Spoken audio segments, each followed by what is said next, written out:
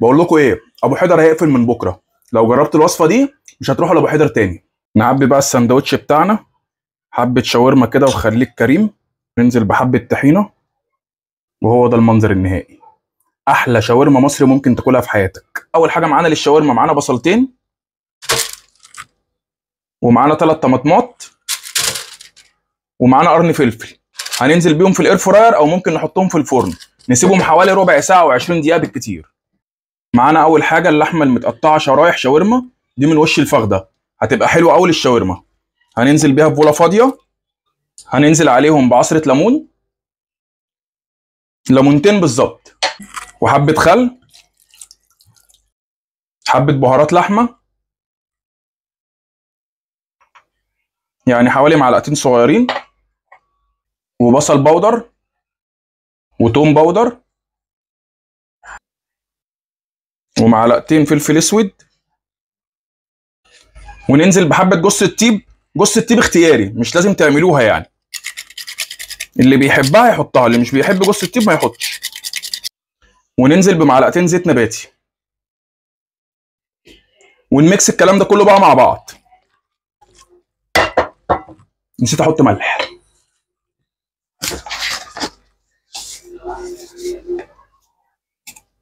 حطينا حوالي معلقتين صغيرين ملح كده. هنغطيهم بعد كده بستريتش ونسيبهم في التلاجة حوالي نص ساعة بالكتير. طبعا شاورما مصري ما ينفعش من غير طحينة. يلا بينا نعمل الطحينة مع بعض. هننزل بحبة طحينة في بولة فاضية كده، وننزل عليهم بعصرة ليمونة، وحبة خل صغيرين، ومعلقة ملح صغيرة، ومعلقة كمون، ومعلقة توم بودرة. وننزل بحبة مية سخنة تدريجي، حبة حبة ننزل بشوية ونقلب.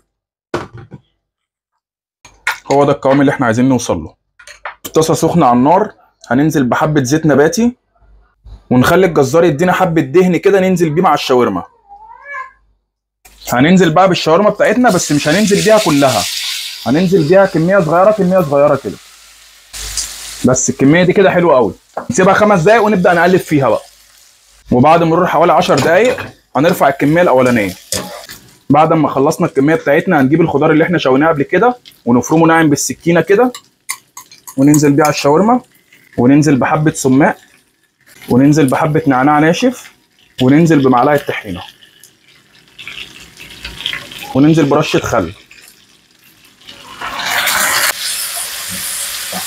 نعبي بقى السندوتش بتاعنا حبة شاورما كده وخليك كريم، وننزل بحبة طحينة، وهو ده المنظر النهائي. أحلى شاورما مصري ممكن تاكلها في حياتك.